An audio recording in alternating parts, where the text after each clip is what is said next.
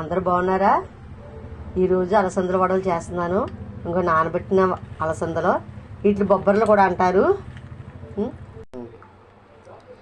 మిక్సీలో అలసందలు వేసి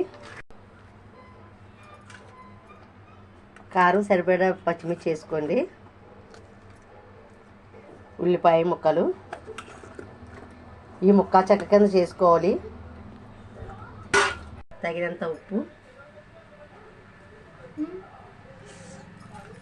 ముక్క చెక్క కింద చేసాను. వేస్తున్నాను ఆయిల్లోని.